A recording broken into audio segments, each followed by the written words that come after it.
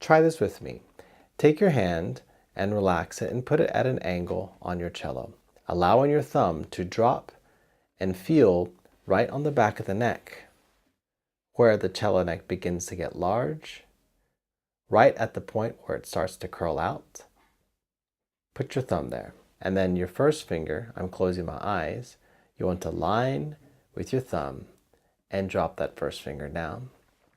Relax your hand, place it on the body of the cello, and play that note.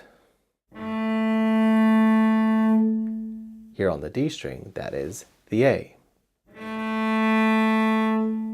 The fourth position allows us to play notes on the next string up, the higher string, without leaving the same string.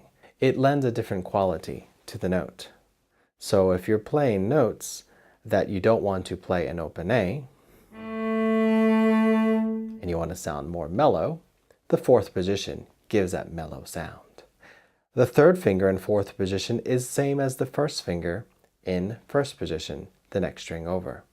It's a B natural. And the fourth finger is the same as the second finger on the A string.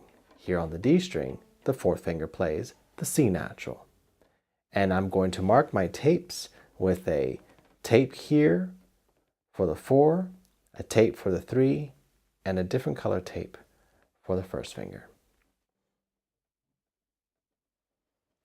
And there you have. This is the fourth position, well known because it's used at the end of the prelude.